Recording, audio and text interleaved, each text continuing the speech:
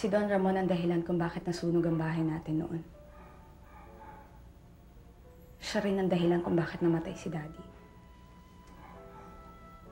Kaya hindi ako papayag na hindi matuloy ang kasal ninyo ni Carlos Miguel.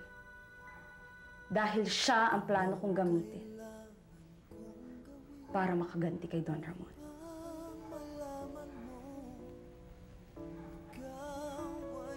Cecilia, meron may gustong kumausap sa'yo. Sa akin po? Sino?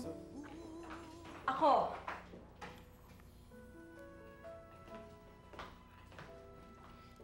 Ako si Olga Villavicer. Ako ang girlfriend ni Carlos Miguel na nakatakda niyang pakasalan. Anong kailangan kong gawin upang malaman mo ikaw ay minamahal ko? Kailangan ko'y katulad mo sa buhay kong ito. Nag-iisa lang sa mundo. Dati nasaktan ako, takot nang magtiwala. Ayoko na sanang umibig pa. Ngunit ika'y ibang-iba sa lahat ng nakilala. Sana ay ikaw na nga.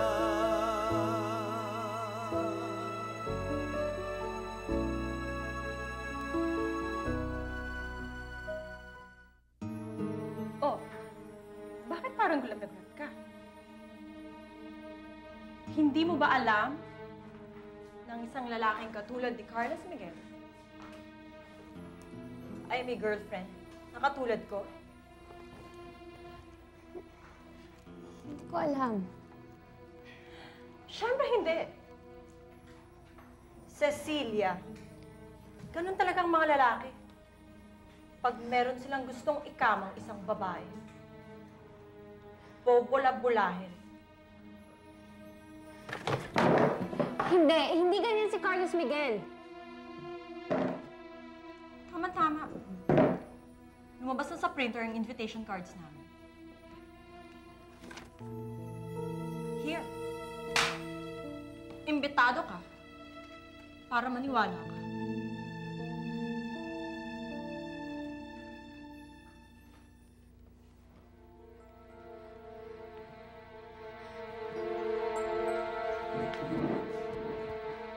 Cecilia!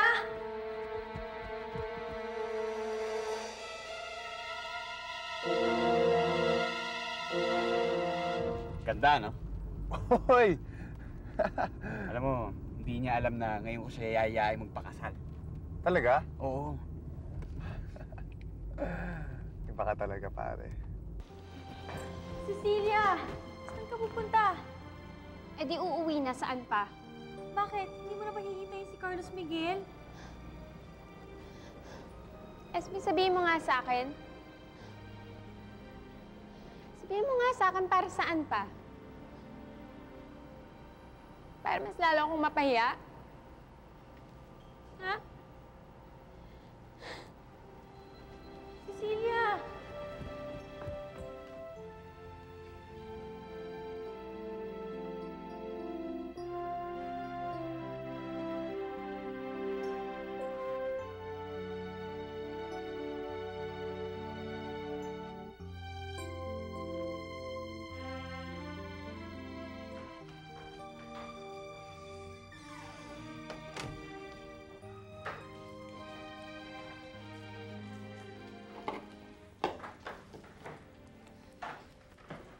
Si Cecilia.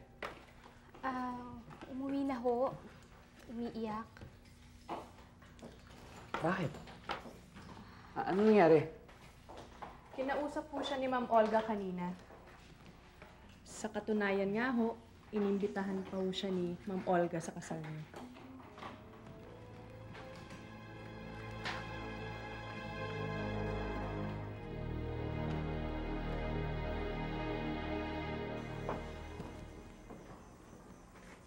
Eloisa, pakisampay mo naman, no? Kayo na ho. Kita niyo naman nabasa pa yung kuko ko, no? Pero anak, maraming tao sa labas. Eh ano ba kinatatakot niyo? Eh alam naman ng lahat ng tao na may ketong kayo. Cecilia, bakit? Cecilia! Esmeralda, bakit? Ha?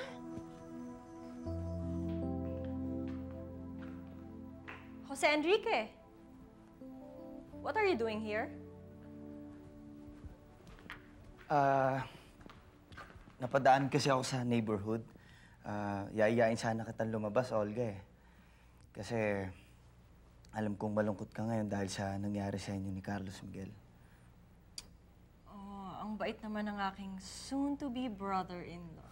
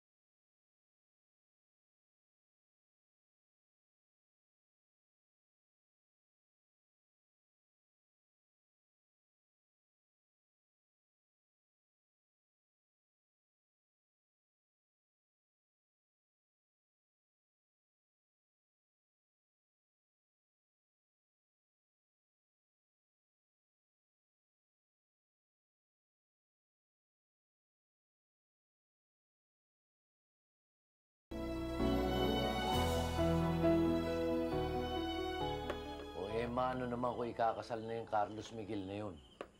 Ano naman ang problema doon? At anong gusto mong mangyari, Juancho? Lumabas na kabit yung anak mo? Eh, ikaw, ano ka ba, Mariana? Hindi ba't kung tutuusin, kabit din kita? Hindi naman tayo kasal eh. Kung kakabit din lang yung anak mo, eh di doon na sa mayaman.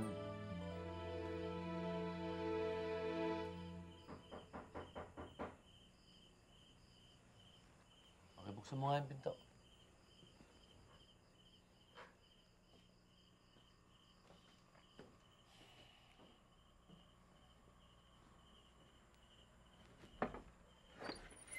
Magandang gabi, oh. Si Cecilia, oh.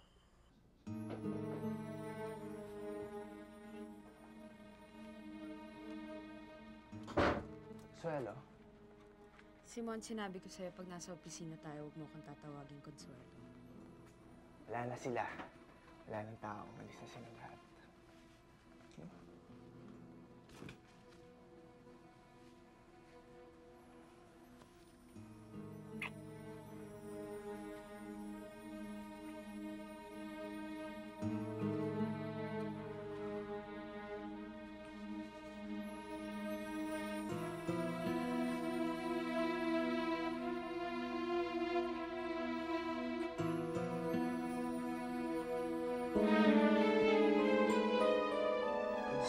Consuelo, ano to?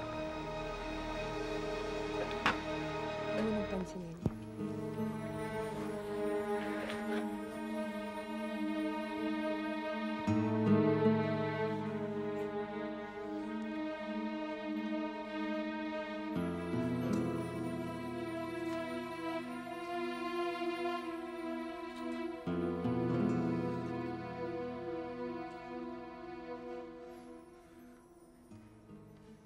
Cecilia, hindi ko mahal si Olga.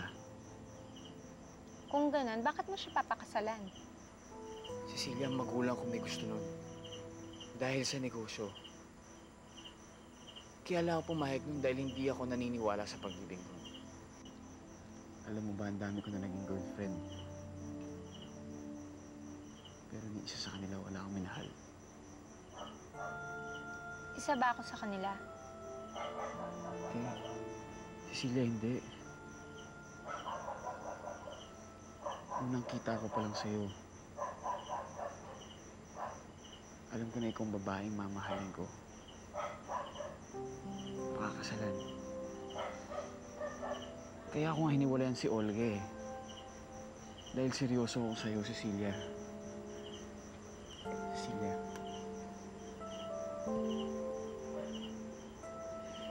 Cecilia, maniwala ka sa akin. Mahal na mahal kita.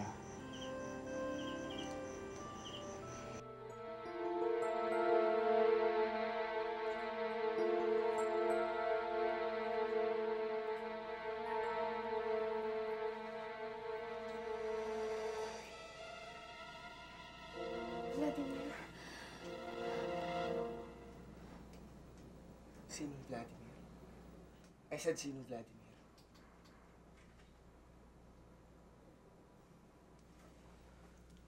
Wala kang karapatang magtanong sa akin.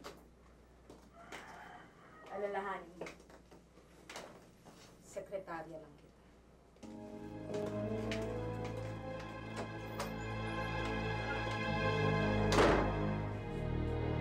Cecilia, maniwala ka sa akin. Mahal na mahal kita. I'm sorry, Carlos Miguel.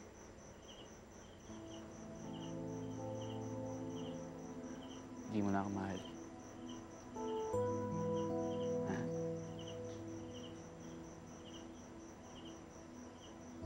Cecilia, sabihin mo sa akin. Sabihin mo sa akin, hindi mo ako mahal. Sabihin mo sa mukha ko. Para hindi na kita gagambalain. Lalayo na ako.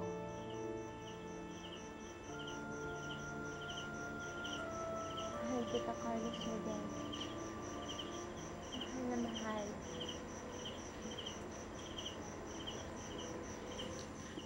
Pero mahal na mahal ka rin ni Olga. At hindi ko kaya makitang may nasasaktan na kapwa kong babae nang dahil lang sa akin.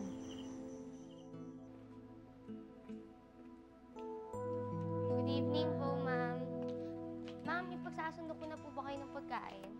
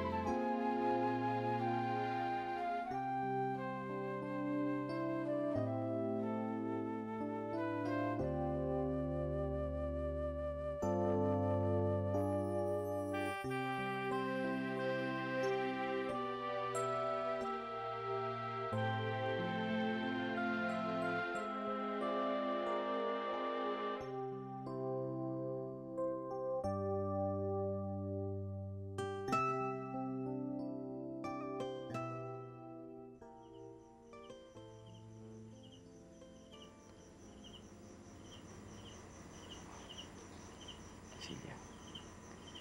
Paalam, Carlos Miguel. Cecilia. Cecilia? Cecilia! Cecilia!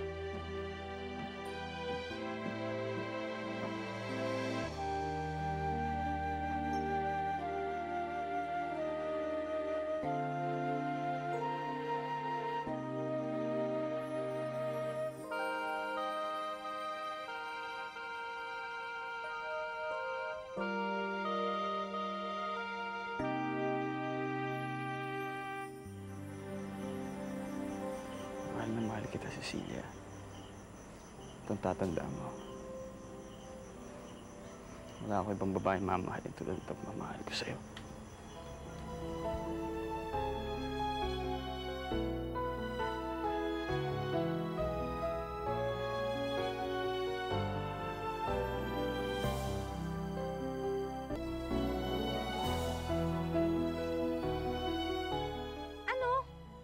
Hindi na ako babalik sa Radiance. Bakit? Mahihirapan lang ako kalimutan si Carlos Miguel kung babalik pa ako doon.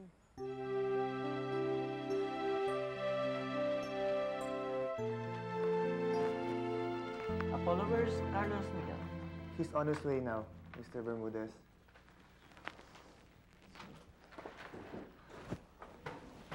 Oh, ano sabi? Eh, sir, hindi niya po sinasagot ang phone eh. Excuse me, guys.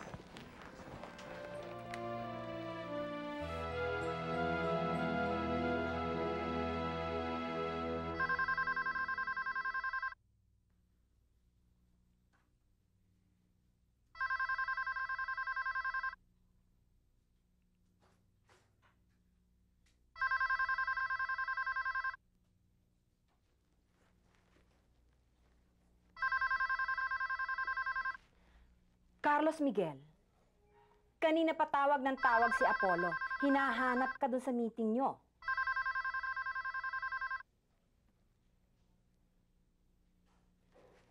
Ano bang nangyayari sa yung bata ka?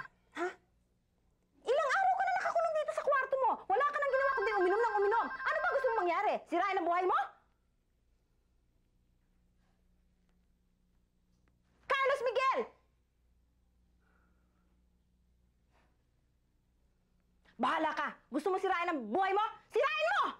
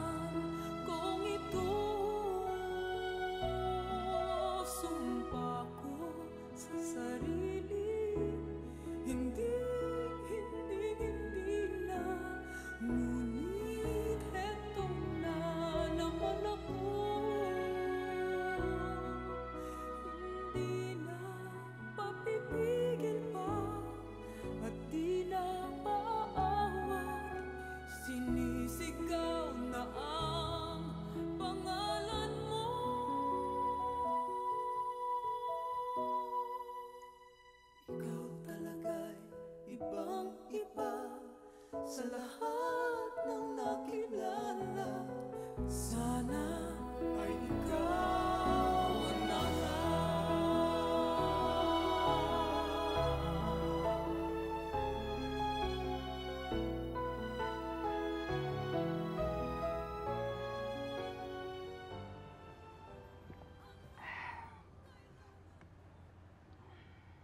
Pare, tama na yan. Ang dami mo na naiinom, oh.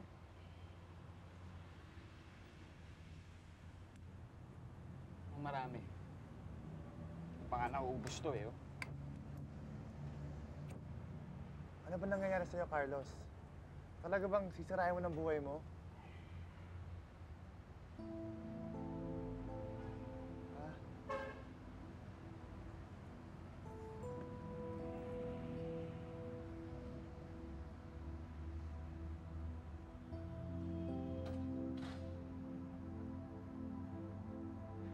Thank you. nasira ang buhay ko, Apollo.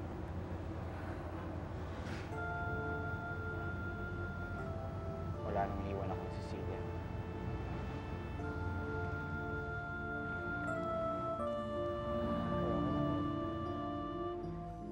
Ngayon, ilang araw ko nang hindi nakikita. Sabi-sabi, hindi na raw pumapasok. Nako, Mare, mukhang masyadong dinibdib yata yung paghihiwalay niyo. Kawawa naman. Ito, tapos ngayon maaawa ka pagkatapos mong break-in.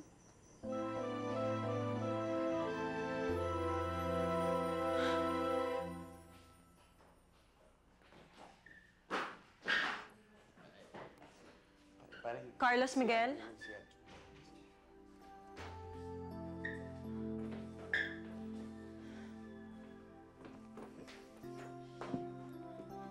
Olga!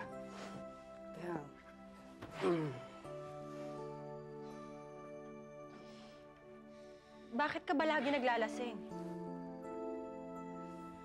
Olga.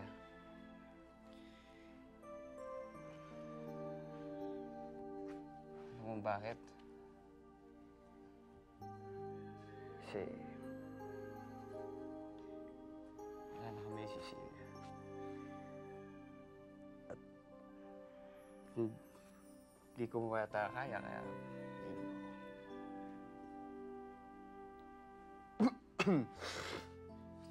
Carlos Miguel, makakalimutan mo din siya. Hayaan mong mahalin kita para makalimutan mo siya.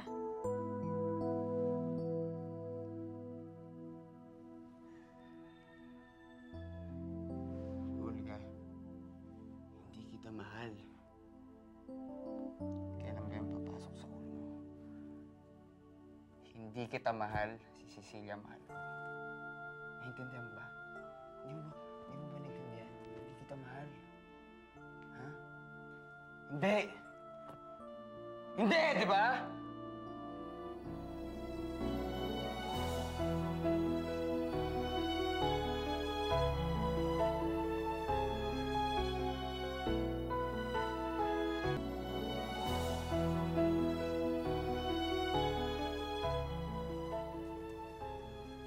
Ito po yung bayan.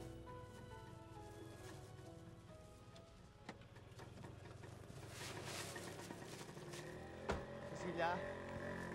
Cecilia? Cecilia, pwede ba tayo mag-usap? Wala tayong dapat pag-usapan. May sakit si Carlos Miguel. At ang pangalan mo lagi na tinatawag.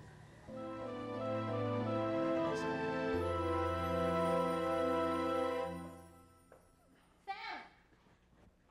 Saan kayo pupunta? May sakit pa kayo ah! Pupuntahan ko si Cecilia. Naku, mahinapan yung katawan! Malaman ka ni Carlos Miguel, Cecilia. Simula nung naghiwalay kayo, sinisira na ang buhay niya.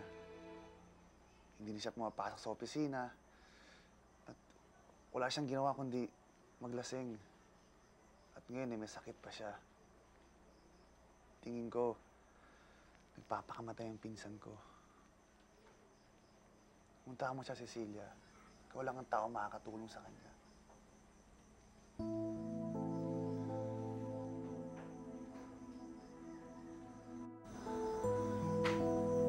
Nasaan na siya ngayon?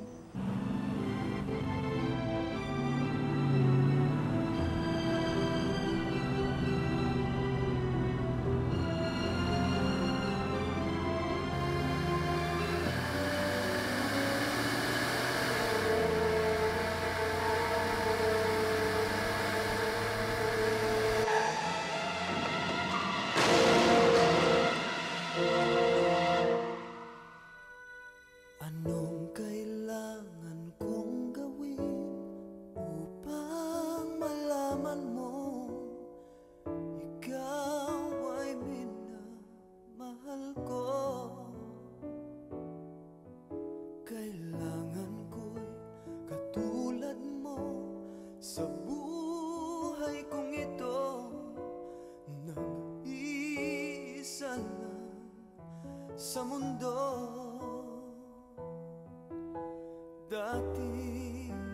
nasaktan ako, takot nang magtiwala. Ayoko na sanang umibig pa, ngunit ika'y ibang-iba sa lahat ng nakilala. Sana ay ikaw na nga.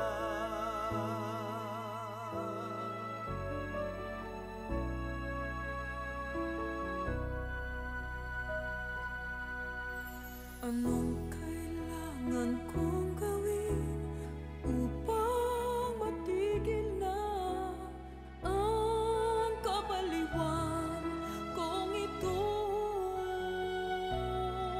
Sumpa ko sa sarili, hindi na, ngunit heto na naman ako. Hindi na papipigil pa at di na maaawat, sinisigaw na ang pangalan mo.